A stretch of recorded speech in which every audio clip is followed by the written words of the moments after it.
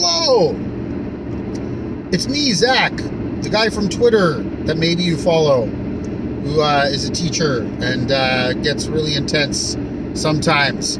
This weekend I got pretty intense about ChatGPT, with good reason, I think. And I think many of you are also now beginning to have your own exploration journeys with this amazing new technology.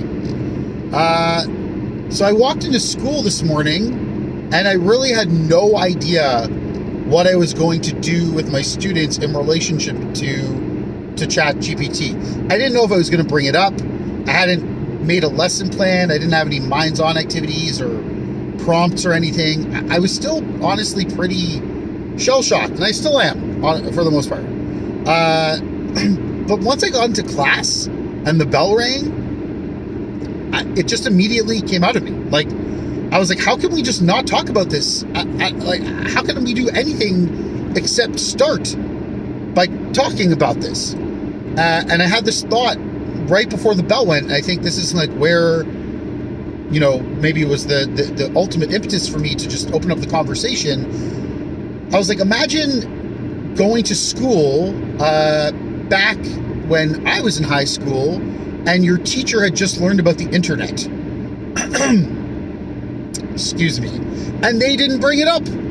Like, you went to class and like, you were like, dude, like, why aren't we talking about the internet? Like, have you heard about the internet? Like, there's this thing, the internet, where you can go now and you can just like find whatever you want. And you can like, you know, search up sports scores at your convenience, and you can, whatever, you can do whatever you want. You can find other people to talk about skateboarding with. It's amazing. And no one's talking about it. That would be so weird. And also would be proof, which is far too often the reality, that the classroom was disconnected from my meaningful lived reality beyond the classroom or outside of it. So, so I started talking about it with them. And I brought it up. I'd asked them who'd heard of it. Surprisingly, only 2 students in my grade 11 English class had heard of it. And that was a trend that continued for most of the day. My grade 12s, they'd heard about it the most. 5 out of 31 kids had heard about it, or 30. And so what did we do? I showed it to them. They were floored, understandably. There was a lot of, tittering conversations around the room. People started hammering away and experimenting themselves. And, then I kind of brought everyone back together and I said, okay, well, we gotta figure this out, because, this isn't just a future conversation. Like, this is a right now thing. This is, I was going to help you to start writing an essay today, and, this thing can write the essay, but can it write the essay as well as you can? Let's see. Or what kind of essay can it write? So then we had it write our essay. My grade 11 English course is an NBE 3U course, the Indigenous Literature Focused English course. And students have just completed reading a variety of memoirs in the course that they are going to write an essay about, an informal essay, where they are going to explore how their chosen memoir exemplifies or teaches them valuable lessons in relationship to a chosen critical question from the literary criticism school, now, I guess, currently known as Indigenous Literary Theory. One of the questions is, how do we become good ancestors? And one of the memoirs that students read was Jessie Thistle's From the Ashes. Shout outs to Jessie Thistle. Wonderful piece of writing, an amazing book. So that's what we asked GPT to do. We just pumped it in, write an informal essay using a variety of stylistic and rhetorical devices to communicate to readers that, that Jessie Thistle's memoir teaches readers something valuable about what it means to become a good ancestor. And then GPT did it. ChatGPT wrote the essay. And then we took out the rubric for the essay that the kids are writing.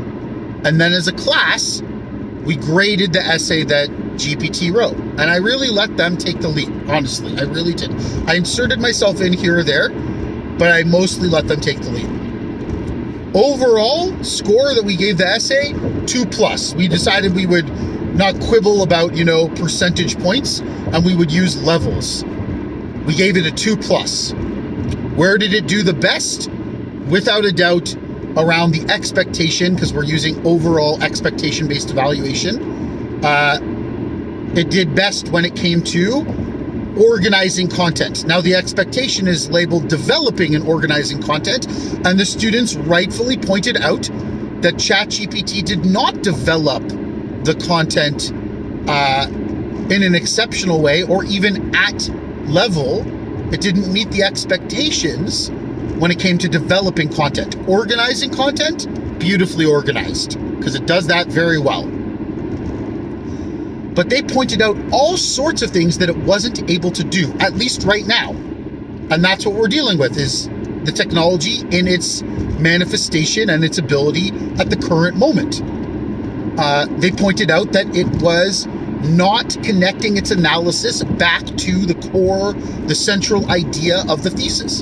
In fact, the word ancestor never showed up again in the essay. Not once. No, sorry, it showed up once.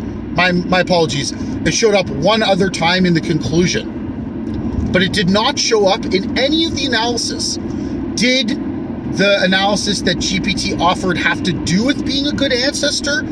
Kind of.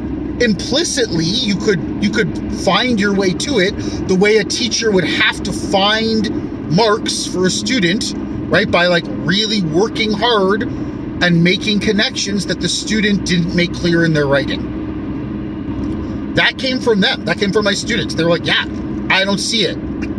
They also pointed out that the support, the evidence, and it did use quotations. We asked it to use direct quotations with MLA citation, which it did. They pointed out that the support was thin, that the support was weak, and that they would offer far better and far more diverse support than GPT did, which is true. They would. So, am I saying that, or what did I say, this weekend? I said that this is an opportunity, not a threat. And I really saw that confirmed today. Because while GPT is something that we need to take very seriously, and we need to be thinking, deeply about how we integrate it, incorporate it, respond to it, it wasn't a threat. Granted, and I admitted this to the class. I said, if you're a student that is happy getting a 2+, if you're fine with getting a 68 in the course when it comes to your writing, because remember, that's all it can do right now, right? It can't do a presentation for them. It can't do a seminar discussion. It can't do a book talk. It can't read something critically for them. It can't create media for them. But when it comes to writing, if they're comfortable getting 2+, maybe 3- on a good day, all throughout the course at the current moment, maybe GPT will get better, not maybe it will, but at the current moment, I had to admit, I said, you could do that. You could play video games, hang out with your friends, stay up until 4 in the morning every day, not worry about what you have to write, get GPT to do your writing for you, and get a 2+. For the record, that's not even entirely true, because of course, any English teacher worth their salt knows that we care a lot about process work and that we're conferencing with students along the way. So obviously you'd have a lot of questions if a student that was pumping out garbage, during the writing process, all of a sudden handed in a very well-organized essay at the end that sounded completely different from what they had written along the way. And yes, for those that are saying, well, hey, but they could just get it to write the essay and then deconstruct that and use that as their process work. We talked about that too, and we said, well, that would be very hard to do. Like, if you wanted to show me that you made progress, you'd actually have to get it to write the essay and then make it worse. And then like include the worser version that you created out of what it wrote. That's like a lot of work. You should probably just write the essay, right? So all of this to say that, yeah, I had to acknowledge that on some level, I guess you could get the credit now without having to do any original work. And sorry, I should retract, not get the credit, but you could achieve at credit earning level the writing expectations for the course. So what? I'm not interested in, gatekeeping a kid's credit. If a kid is actually going to end up getting 60s all the way through high school English, or at least on their writing, or in regards to the writing strand, then what value are we really offering them anyways? It hasn't been a meaningful experience for them, right? So like, that acknowledgement wasn't really problematic. And the vast majority of my students, in fact, I will go far as to say every single one of my students wouldn't be satisfied with that. They're not interested in getting a 2+. They'd like to do better. They'd like to write in a way that allows them to demonstrate that they are a more competent writer than a 2+ writer. So I'm not worried about it, man.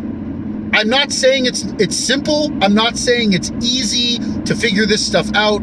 Boy, do we have a lot of conversations that we're going to have.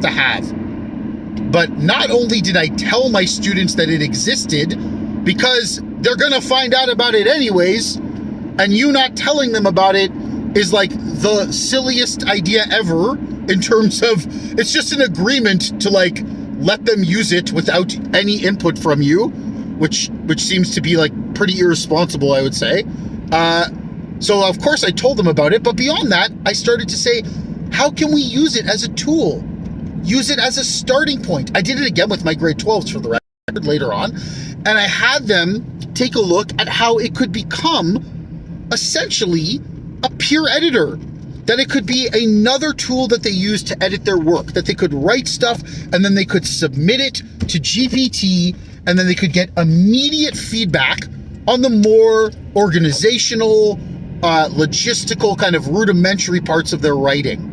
And that's awesome. And it makes my job easier, which I love, for the record, because now I can focus on the things that are really hard to do, the things that the AI can't do well yet with my students. So honestly, day one of using GPT in my classroom was a pretty solid success. I'm feeling pretty good about it. And I hope others are too. I really do. And I hope that we continue this conversation. I know we're going to, but I just hope that everybody, starts to shift their thinking quickly to a place of, this is an opportunity, not a threat. Let's not be fear-based. Let's leverage this in a way that authentically and meaningfully changes student learning for the better. And I think there are lots of ways we can do that. Peace out. Love you all. Talk